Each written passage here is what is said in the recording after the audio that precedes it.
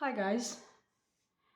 Um, like I said, I'm going to start what do you call a YouTube channel, which mainly I'm gonna use it to spark debate and make discussions and comments on topical issues. That's one. Two, on things that people don't want to talk about, and three, sensitive things. Like, there's a lot that is happening in our own country, there's a lot that is happening in our own society, and many a times than not, people don't want to speak about such things. So I'm going to venture in such discussions, and I'm going to do that more often, and or I'm going to do that maybe once in a month. It will largely depend on my schedule.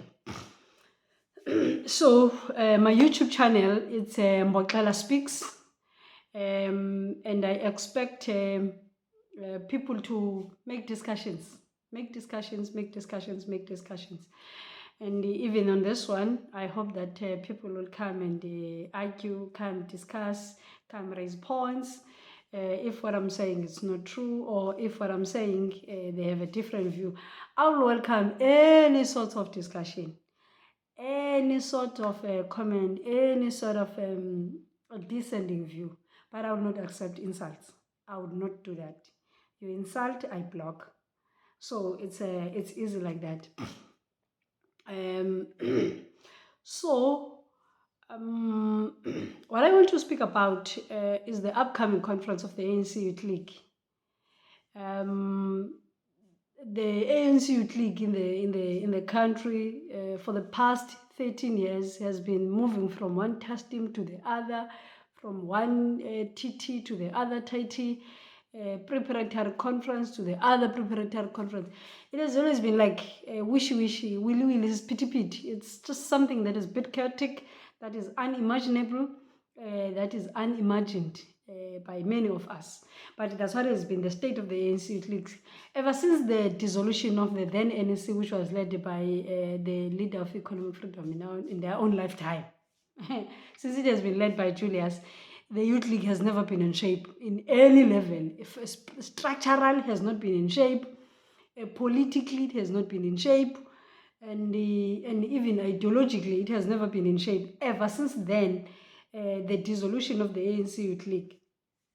And that is a tall order and a tall pain to the ANC, because you've got a group of young people that have graduated from the Youth League, like us and many other, that ideologically have not really been grilled, so that you can say that they are ready to take over the ANC, they are ready to contribute in the body politics of the youth of the ANC, or they are ready to contribute in the politics of the Women's League. They just graduated from the ANC Youth League. It's not even graduation, it's just leaving it on the basis that the age suggests that you must leave the Youth League. So you've got that kind of a crisis. Now, the Youth League currently is preparing itself for a conference which, using my own spectacles, I don't see it sitting, but it's fine. I would not cast doubt on it and its own abilities, but okay, let me just say, for the sake of this point that I want to raise now, let me say all the best if the conference sits, and congratulations in advance on all of those that are going to be elected there. The point that I'm trying to raise here, it's on the ANC Youth League structure and members in the Eastern Cape. I'm going to raise what I raised before. There's a video that I did last year in when the ANC was preparing for its own conference. And people of the Eastern Cape, I warned them. And the video went viral, and many people sent me questions, and many people sent me all sorts of threats. But what I was saying in that video became a reality in the conference of the ANC. And when they were faced with that reality, some reflected on what I said. So even today, I am going to say this thing so that youth leaders, they must go to the national conference with clear reality presented before them, at least by a person who cares less on who wins and who doesn't win, and at least by a person um, um, who controls no one in the ANC youth league politics, and who controls no one in the society, and who controls no one anywhere in the country. So I'm saying all of this, genuinely I'm saying this, ndingena feeling endoba who will feel betrayed. No, I'm just being myself and raising this point. Look, if you sit down and trace the evolution of politics in the Eastern Cape, you'll find that there was a time where there was a conference of the ANC, a national conference of the ANC it was not in Mafik. I don't know. I suspect it was in Mafikeng, or it was in, yeah, I think it was in Mafikeng. There was a conference of the ANC that was in Mafikeng where Comrade Tata Raymond Mhlaba, no, Tata Raymond, Tata Makengesi Stofile, Uprastov, as is affectionately known. There was Uprastov that was contesting from the Eastern Cape, and there was Terra Likota from Free State that was contesting. Abantu base Eastern Cape, because of them being too clever for each other, they went to that conference. They overlooked Uprastov unanimously. They elected Terra Likota. And they elected Terra Likota and never got anyone elected in the officials of the ANC, as the Eastern Cape having came in the national conference with a very huge delegation.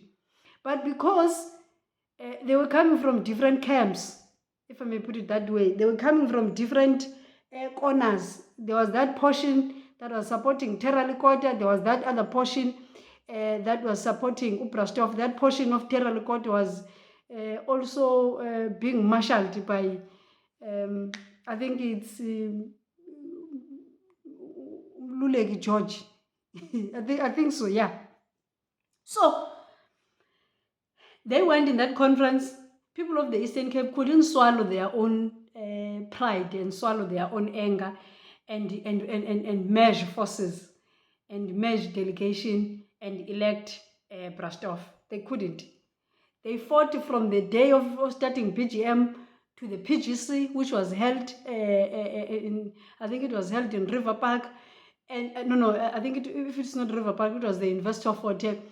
They went to the national conference in different delegation, different buses and different taxis. They went there. They were singing different songs in the conference. But what came common to all of them when they were coming back, they had no one in the officials. Babethwa bonke. Naba bebefuna unantika uTerra, bebelekise omnye umuntu wabo, they couldn't get it. Naba bebefuna uPrastov, bebelekise umuntu wabo, they got nothing. Move from there, come to the most recent conference, the most recent one, the one that was held in Nazareth. Bantu base Eastern Cape, they went there carrying a name of a deputy president, a name of a secretary general. Ne? They went there in different buses. They went there in different taxis. They were eating different food on the road. They were being marshaled in different corners. Ne? And they were sleeping in different areas. Fine. They went to the plenary. They were singing different songs. Ne? They went to the plenary. They were singing different songs. But what is common again in them when they came back to the national conference of the ANC in Nazareth, which was held last year, which elected the current leadership of the ANC, they got nothing. They didn't get the deputy president, they didn't get the secretary general. That's the reality. And the video that I made, I was speaking to that, and I was cautioning people of War Tambo, specifically for a particular political reason and for a genuine political presentation that I was doing as to why people of War Tambo must juxtapose their politics and be themselves and be very much matured about the entire process. They ignored that advice. Fine. They met the reality where none of them got anything. There is no deputy president that is coming from Eastern Cape. There is no secretary general that is coming from Eastern Cape. Come to the current reality. The Youth League is about to have its own conference. In the Eastern Cape, I've seen a poster of a cadre coming from War Tambo contesting the position of Secretary General of the Youth League. I've seen a poster of another cadre coming from Trisani contesting a position of the President of the Youth League. Now, I want to be the first one that both of you are going to lose.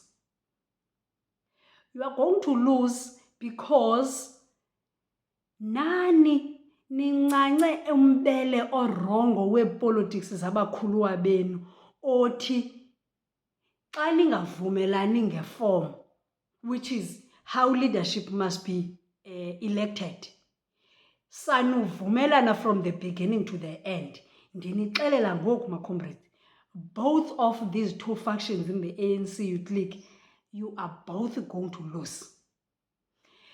Nincele umbele orongo wepolitics zabakhuluwa benu ezingafuniyo uba matured as it and when there's a disagreement and a disjuncture. You know, at some point, I was leading as a provincial chairperson of SAIC, South African Youth Council, and Gav was a provincial secretary. We went to a national conference, national plenary of SAIC. And in that national conference, we came with 7 people coming from Eastern Cape, with 2 officials, 2 coming from Eastern Cape and the other 5. And how it came out is that what we analyzed, Gav, was that many people that were contesting, when we trace all of them, once they came to the national TGA, get different structures and different provinces. But what we analyze is that 7 of them are coming from Eastern Cape. And there and then, I called Gav. I said, Gav, let's go outside. We went outside. I said, Mchana, we know some of these people that want to be elected here. Maybe TGA, they don't want us. And the chances are, when they arrive in that structure, they will call for our own head. But this is a moment for us to be matured. Let's agree that we are going to go and convince our own delegates and ask them to support anyone who's coming from Eastern Cape. And reluctant as he was, we spent an hour convincing each other, and he said, no, it's fine. If you agree, if it's your wisdom, let's go execute this. But if they come for our head, I will be very bitter at you. And I said, no, it's fine. We'll see how it runs itself, this thing. And we went to all our delegates. We told them that, look, these are the 7 names that are coming from Eastern Cape. Forget about our own differences that we had in the TGA, in the provincial conference of SAIC. We're in a national conference now. Let's support each other. Vote for anyone who's coming from Eastern Cape, even if it's raised by the other different group. Support that person. We supported each other in that TGA. We ended up getting 2 people in the officials of SAIC. we ended up in that entire leadership of Psychers and NEC having 7 people. Xa kugqityiwe ngoku elector announce nansi leadership, people could not understand why we were so happy, me and Gav. They couldn't understand. But these people lost the conference. They only have 1 person in the officials, because that's how narrowly they analyzed it. But xa behlala phansi, yeah man, abantu abayi-7 apha basuke Eastern Cape. So that is why that chairperson of Eastern Cape and secretary, they were rejoicing, because we swallowed our own fights. We swallowed our own pride. We said, let's elect anyone who's coming from Eastern Cape. We got 7. And when we're leaving that TGA, even those comrades, which some of them include Comrade Zinzi, Khabe, were not in agreement with us. They were so happy because we displayed maturity at the time that we could have not, and were not obligated to do that. But they were very happy, my comrade, but hey, I comrade is supporting, and they were very happy, genuinely, but hey, we didn't expect this. Now, as we are going to a national conference of the Youth League, I can tell you, it's a conference that ezawutokolwa ngabantu abadala pha in a particular corner, bahlale pha bafuna uappoint who must lead and who must not. I tell you, comrades, you are going to come back in the Eastern Cape with nothing. Nothing, like we have in the national conference of the ANC. We went there, wonke umuntu isifuba siphezulu ehambela phezulu, why in charge, sihamba nobani, sihamba nobani, sihamba nobani. Nahamba nabantu, yanidriblisha iGauteng, yanibeka ecaleni, yathatha leadership, yakhokhela, yahamba. So, that you are unable to discuss politics amongst yourself and be able to swallow your pride for the other cadre to ascend, you are not going to win anything in the National Conference of the Youth League. You might think that other provinces is too. They don't have abantu that can be fielded immediately in the Youth League. Ndiyanixelela, nizodrityulishwa ngumzuzu wokugqibela. 2, ndinixelela uba why ndize nizodrityulishwa ngumzuzu wokugqibela. There's one thing that you are not wanting to read deeply in the current contest in the ANC youth politics. There's a very fine line of a particular generation that led COSAS that is entrenching itself currently in the Youth League.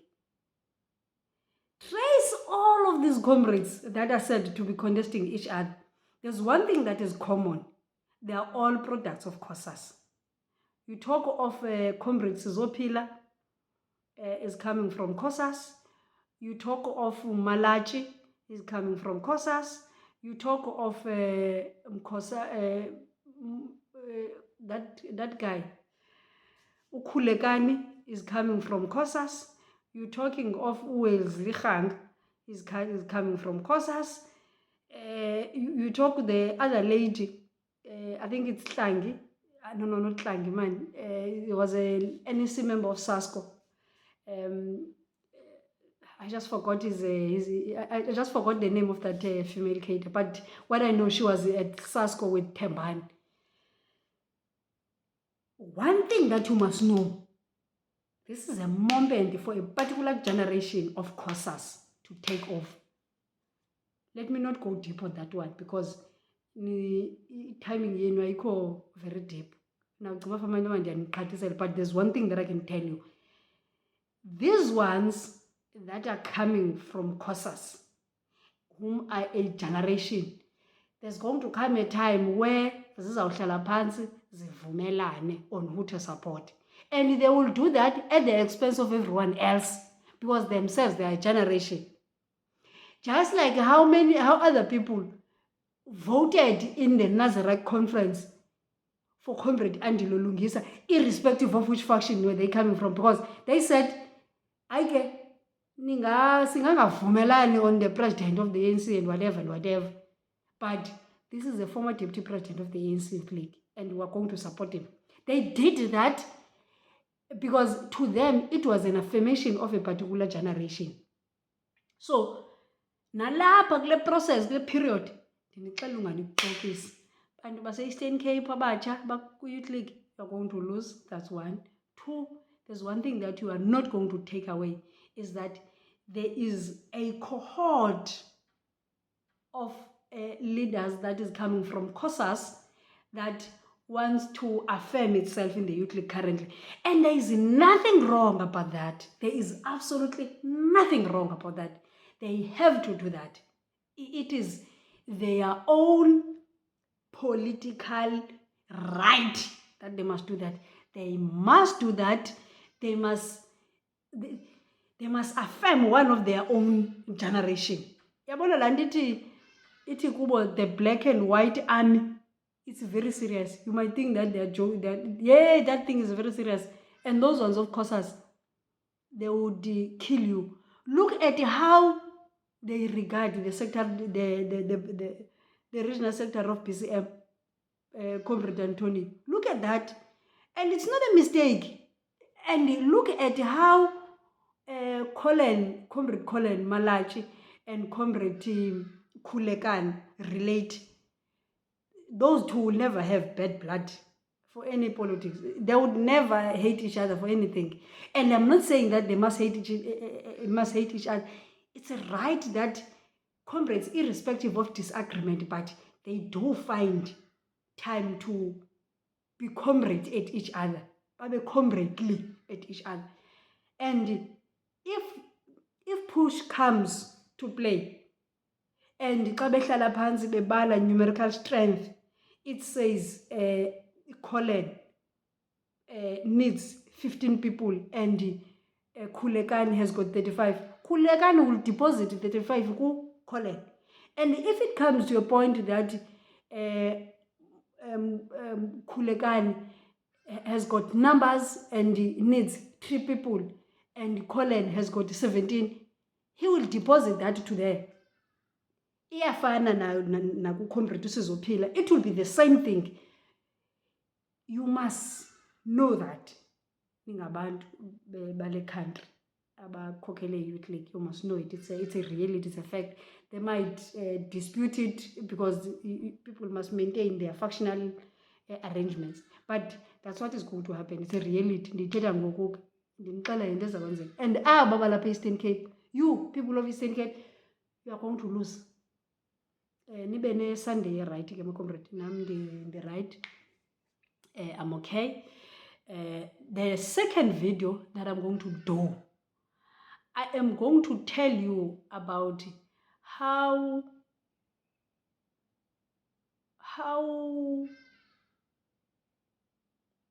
we have elevated emptiness in the organization. How we have elevated emptiness in the organization. Nibe nemina mnandi bethuna.